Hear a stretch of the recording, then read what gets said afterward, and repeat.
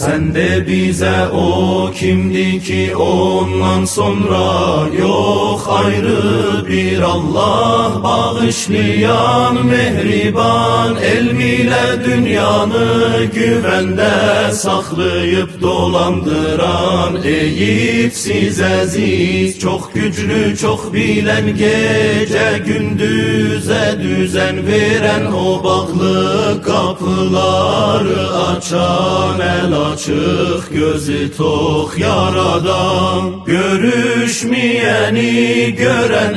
eşiden her sesi verdiğini alanda o tutup elden ucaldan da bendesin anlayan sehvine göz yuman hiç sehvi olmayan odur taysız olan çok büyük yaradan her işe sebep o can verip alan o güvenli bir dosttur o sesleyene ses verendir ruzi gönderendir düz yol gösteren ölümden dönderen özü hiç ölmeyen her şey onun evvel ahir odur her yerde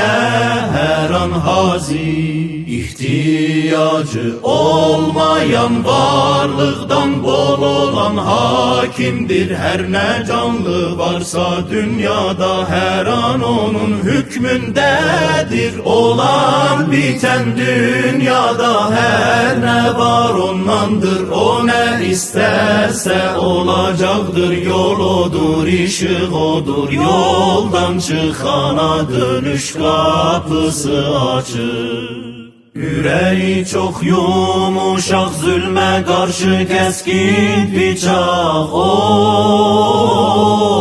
koruyan zalimlerden yüreği yanan o yakçı biler her bir kesim selahın onun tayı yoktur her neyi görüp